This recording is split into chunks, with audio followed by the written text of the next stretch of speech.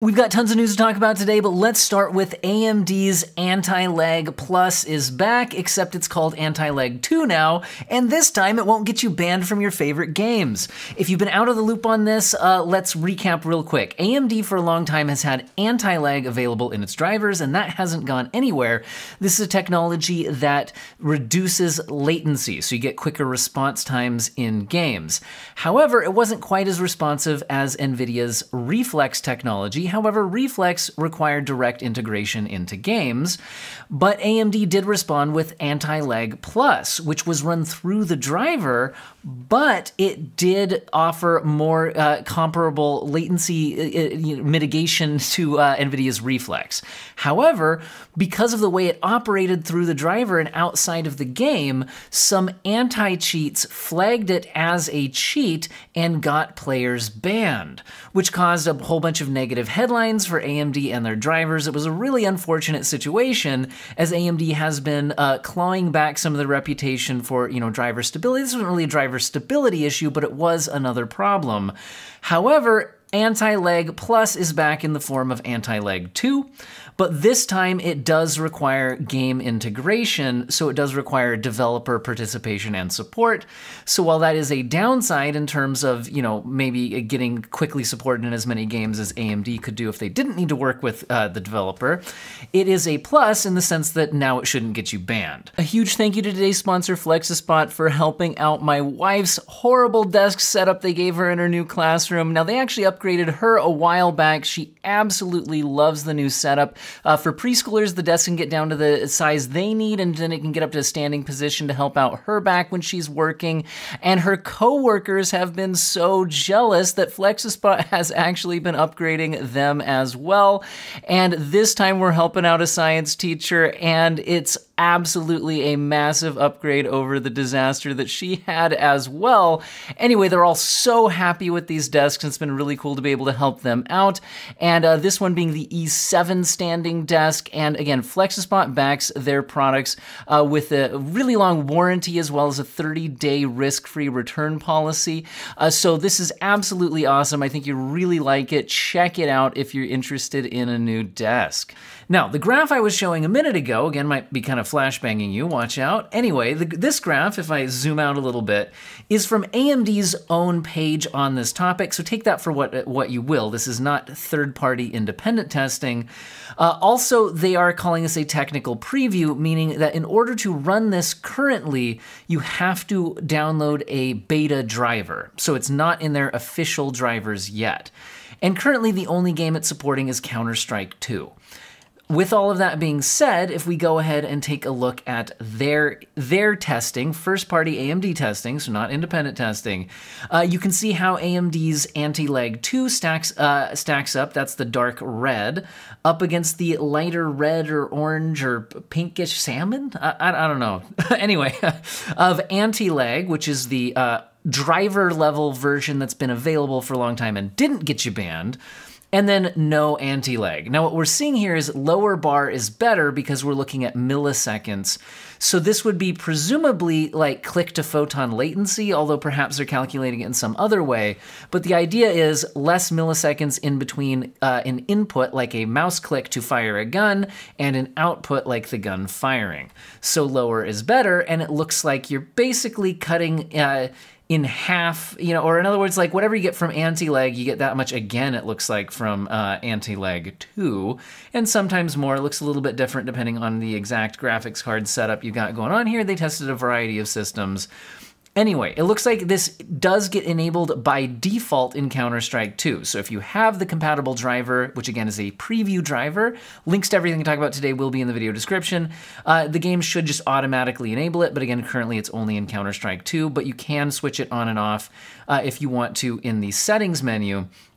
And also, if you want to monitor latency yourself, they do have a software monitor available for that. Let me slide my thing over here so you can actually see it a little bit better.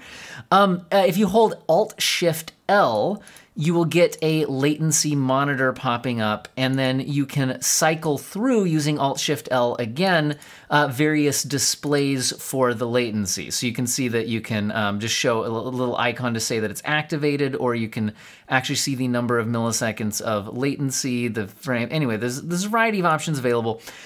Overall, this looks like a cool thing. It runs on the 5000, 6000, and 7000 series of AMD GPUs, and again, currently only available in Counter-Strike 2, but hopefully we'll start to see it available in more games and hitting a non-preview driver, getting into actual stuff. Anyway, I will link the preview driver in the video description if you're interested. And in other AMD news, let's talk about this. So AMD's Computex 2024 Keynote has had some details updated to it, saying, join us as Dr. Lisa Su delivers the Computex 2024 opening keynote and shares the latest on how AMD and our partners are pushing the envelope with our next generation of high-performance PC, data center, and AI solutions. In other words, they're talking about next generations of PC as one thing there. In other words, there's a very good chance that we will hear about the next generation of desktop CPUs, which again might be called the Ryzen 9000 series, as well as maybe their next generation of APUs, codenamed Strix Point, which leaks point to as being called Ryzen AI 100 series. And again, we'll have to see what we get out of this, because it's not exactly confirming those, but it is talking about next generation technologies. So that should be pretty interesting. Also talking about next generation AMD technologies, this is not quite a rumor. It's more of a leak, but from an official kind of source. So what this is really telling us is that AMD's next generation of graphics, probably RDNA4, will have a Navi 44 and a Navi 48 version.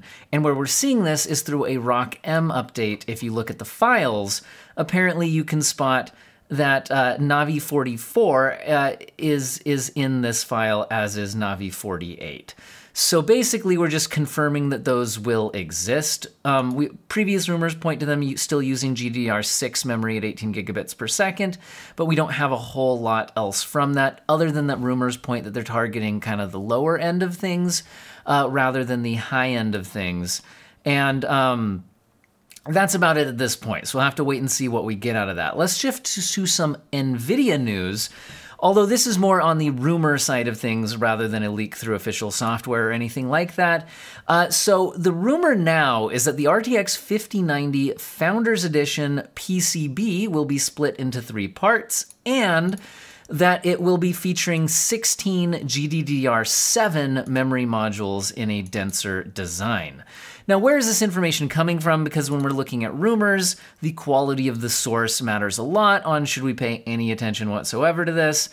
Apparently on Twitter, Copite7Kimmy, who has a long track record of leaks on Nvidia hardware and has got much of it right, although not everything, I think, says main board, I/O rigid board, and a separate PCIe slot component. Perhaps it should not be considered as the third PCB.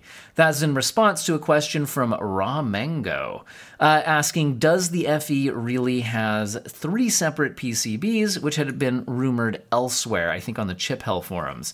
So this looks like a rumor that came out somewhere else is being corroborated by Copite7Kimmy, but again, none of this is an official source. And again, how much do we really care other than, hey, it'll be interesting to see what this thing ends up looking like. Again, we saw that there could be 16 GDDR7 memory modules in a denser design.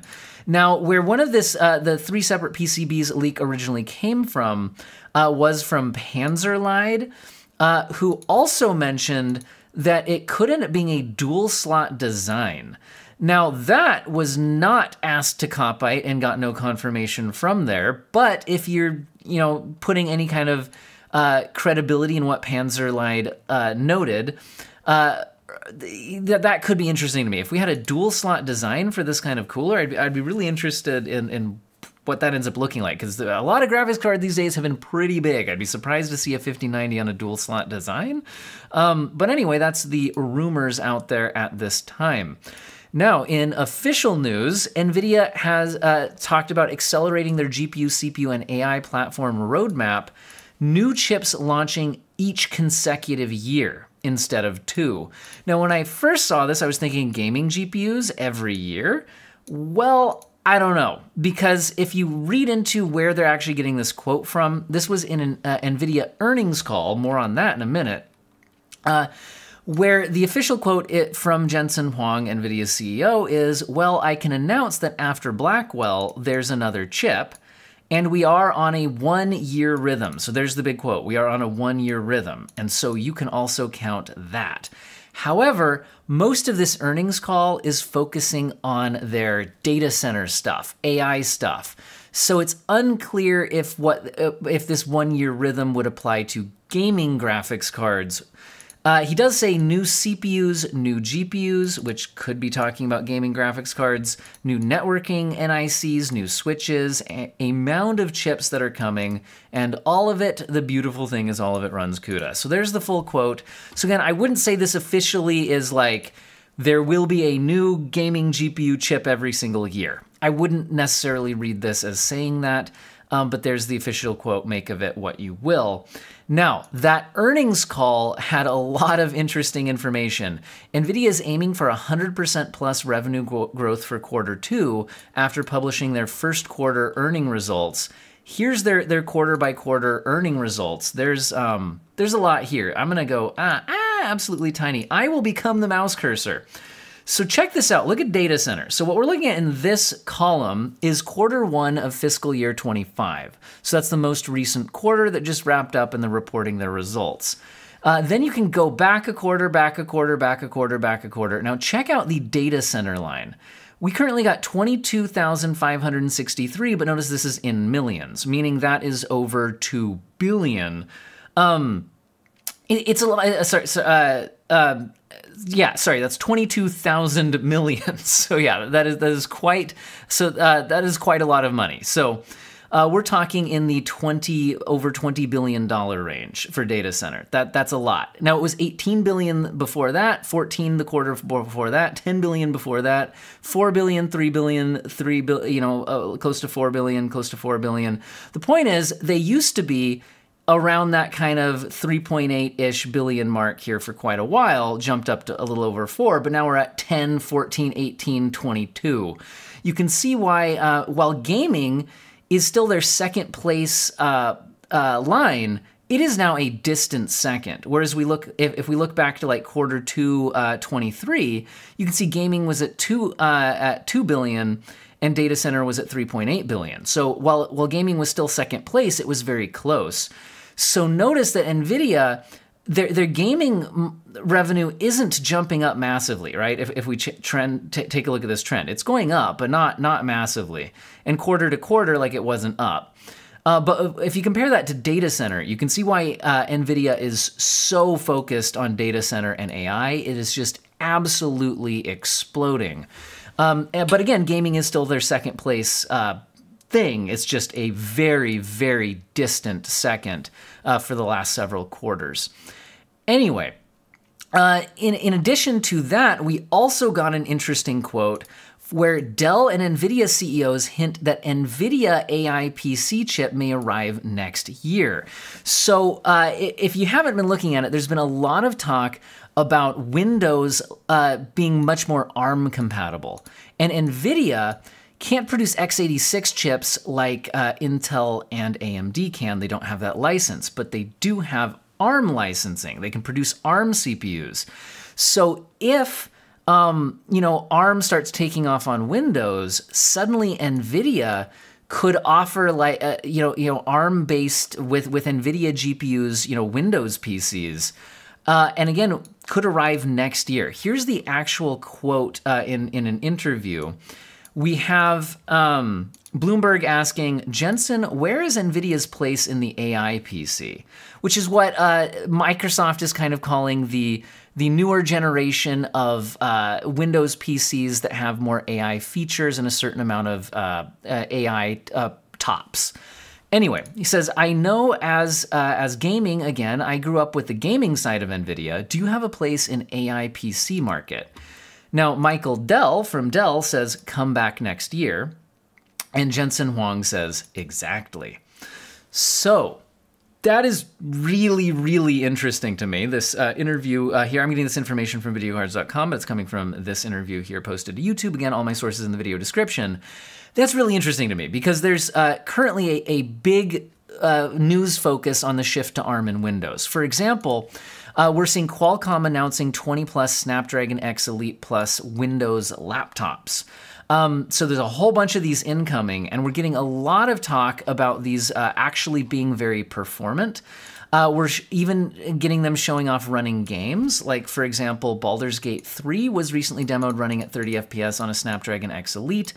Again, the game was likely running at low graphics presets, but the point is that I'm really curious on whether ARM ends up taking over Windows and whether even the gaming side of things will follow suit. We're seeing some Snapdragon X Elite chipsets in some tests overtaking Apple's M4 in multi-core, although still far behind in single-core. And again, these the M4 tests I think are done on an iPad, which is likely more thermally limited than what these laptops are able to do, so I wouldn't read too much into this. But the point is there's a huge push for all of this Windows on ARM business. And so it would be really interesting to see what is the future of Nvidia in that situation, given that they do have the ability to make ARM chips. So we'll have to see what comes of that. Also on the topic of these new Copilot Plus PCs, as Microsoft is shifting to calling them, with the Snapdragon Elites, there's also mention of auto super resolution for gaming on the Qualcomm X Elite processors. Now, it's looking like it's only available currently on these chips, not on your normal, x86-based desktop PCs. According to this quote from Microsoft's Copilot Plus page, when asked what is automatic super resolution, they say, Auto Super Resolution, Auto SR, seamlessly integrates with Windows to automatically enhance the frame rates of existing games in real time, while also providing detailed visuals on screen, offering a balance that exceeds what your PC hardware can achieve on its own. At initial launch, this feature will be exclusive to Copilot Plus PCs equipped with a Qualcomm Snapdragon X Elite processor and a curated set of games. So anyway, interesting to see what's going on with this super resolution technology. Again, currently, at least initially, it says at initial launch. So obviously it sounds like this will expand out of it. But initially, at least, exclusive to the Snapdragon X Elite processor on these new set of PCs coming out, which is pretty interesting. Now, I've got to talk about this a bit. I know this is more software and less hardware and gaming focused, but with this push to all of these AI features with these Copilot Plus PCs, Microsoft is talking about their new Recall AI feature that has a photographic memory, quite literally, of everything you've done on your PC. Now, I am so conflicted about this because I've been wondering, okay, when is this local AI going to give me something interesting that I wouldn't want to just do through the cloud anyway? And Recall is interesting in that I definitely would not want this on the cloud, but I still have other issues with it because this is literally taking a snapshot, like an actual photo snapshot of everything you are doing on your PC all the time, constantly. Now, it does look like you have the ability to pause that or disable it, but I think it defaults to on. So a lot of people who just get a PC will have this constantly snapshotting absolutely everything they do on their PC constantly and saving that information. Now, it will be encrypted and stored locally, not in the cloud, and it is encrypted. But I still see some issues with that, although I can also potentially see how this could be a useful thing, because then you could get your PC to do a lot of stuff for you, remember all of the things you've been doing, recall that information, answer questions about it. So I do see the appeal of this, but I also see the privacy concerns related to this. And also, what happens on like public use computers? What happens on like a computer that's running in like a local library that people use or something like that? Is this on by default if people aren't, if it isn't being turned off intentionally by people assuming they even know to do such a thing? Because what if somebody goes to the library to like, I don't even know, but you type in your passwords, your whatever, personal information. Is this PC now saving all of that as photographs on the PC locally. I mean, I can just see this potentially if somebody else uses your computer. Do you not have photos of everything they did? This just feels potentially like it could have some serious problems to it, but also be useful. Anyway, with all of this talk on the Snapdragon X Elite chipsets, Intel immediately fired back talking about their Lunar Lake processors, which are featuring over 100 AI TOPS, at least I think when you combine the GPU with the neural processing unit. 50% faster Battlemage Xe2 GPUs. So whether or not we get the discrete Battlemage chips, we're definitely getting the Battlemage GPU technology coming in Intel's Lunar Lake integrated graphics, and faster CPU performance versus AMD Zen 4 and Snapdragon X Elite. So there's a bunch of slides here talking about this, on track for Q3 of 24. So we'll have to see what comes of it.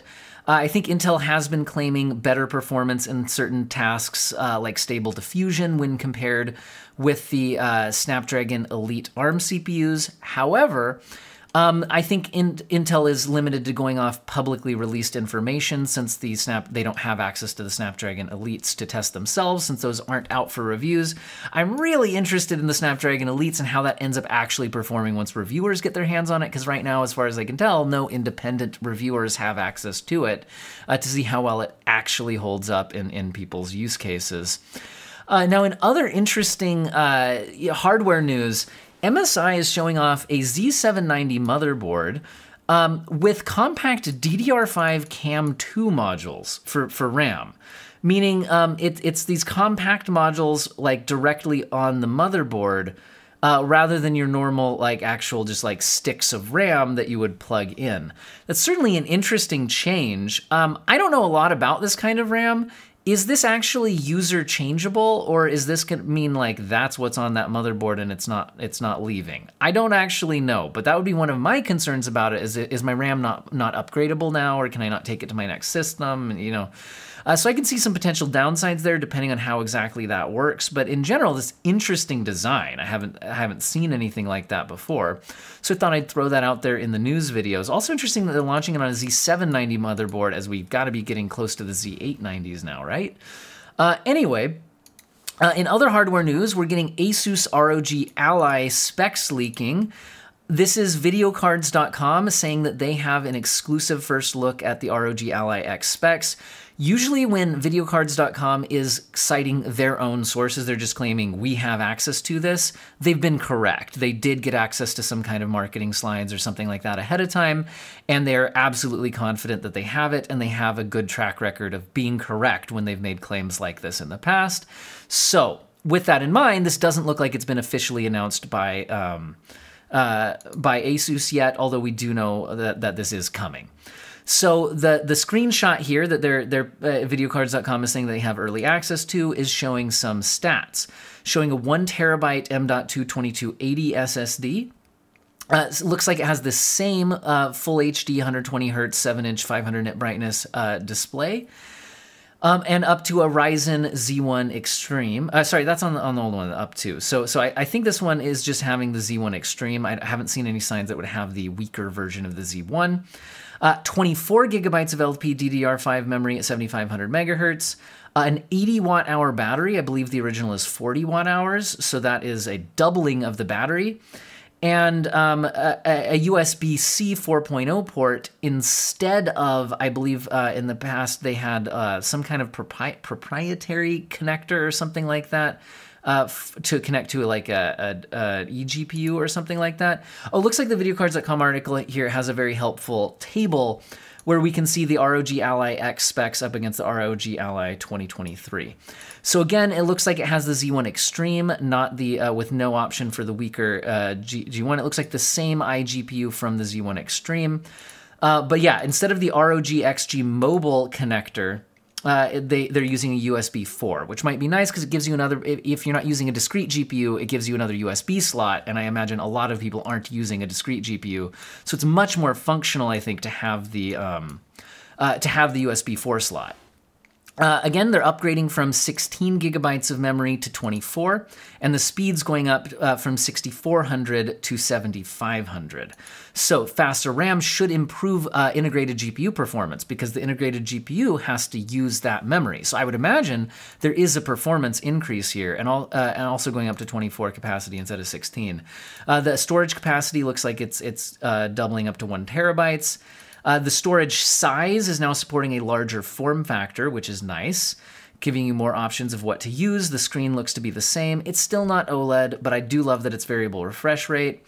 Again, it looks like the battery side, yeah, I was right. It's going from 40 watt hours to 80 watt hours, but the weight of the device is increasing from 608 grams to 678 grams, which makes sense.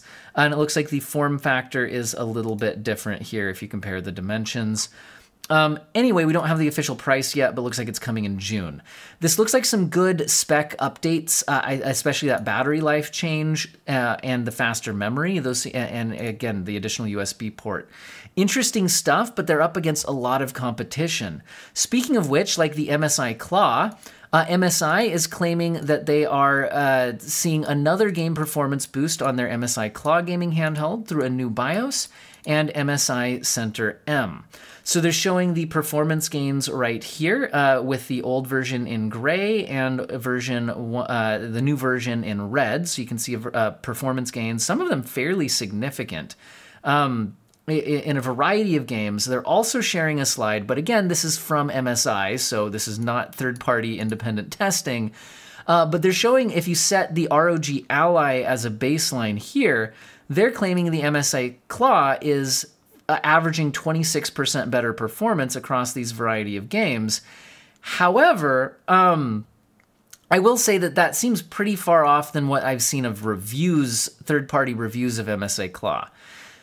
Now, again, I don't have it, I can't review it myself, but there's MSI's claim. So MSI is claiming some big performance gains with the updates they've made and that it stacks up well against the ROG Ally, but again, I really need to see some independent testing on that. In other little handheld PC news, it looks like OneXPlayer is introducing an X1 Mini, which still has the Ryzen 7 8840U APU, giving it similar performance class to a lot of these other systems. With detachable controllers, but now it's going down to a smaller but still quite large 8.8-inch screen. The original version of this had a massive, for this form factor, 10.95-inch screen. This being smaller should also make it lighter weight, and again, you'll get better pixel density on the smaller screen, because a lot of people complained that the other one was just too big for the form factor. So anyway, there's that. ANTEC looks like it's also getting into the gaming handheld business, but it's just an AYANEO Slide with the ANTEC logo slapped onto it. As far as we can tell, there's absolutely no difference to the design. So I'm failing to see why this needs to exist if it just is an AYANEO Slide with an ANTEC Core HS branding. So what's the point? I don't understand. Whatever. Apparently they must see some potential to make some money in the space. If they do so there it is. Now, we are seeing apparently a new version of 3D Mark benchmark out with the, this one is called Steel Nomad. This is a non-ray traced performance test from 3D Mark. And over here at PC Games Hardware, they've already tested it out. If you want to see what it looks like here, there's a Steel Nomad and a Steel Nomad Lite option available. And they've already benchmarked a ton of GPUs, including some of them overclocked. So if you want to set like the 4090 as the baseline, you can kind of hover over that at 100%. See how some other things stack up against it. I accidentally clicked on the 4090. Anyway, you can follow the article in the video description, but new 3D Mark test out now. And as that's being reported on, we're seeing videocards.com mention that after running 48 million tests, the 3D Mark results for their TimeSpy, which is being retired in favor of the Steel Nomad, TimeSpy is showing some trends. So this is the average 3D Mark TimeSpy score.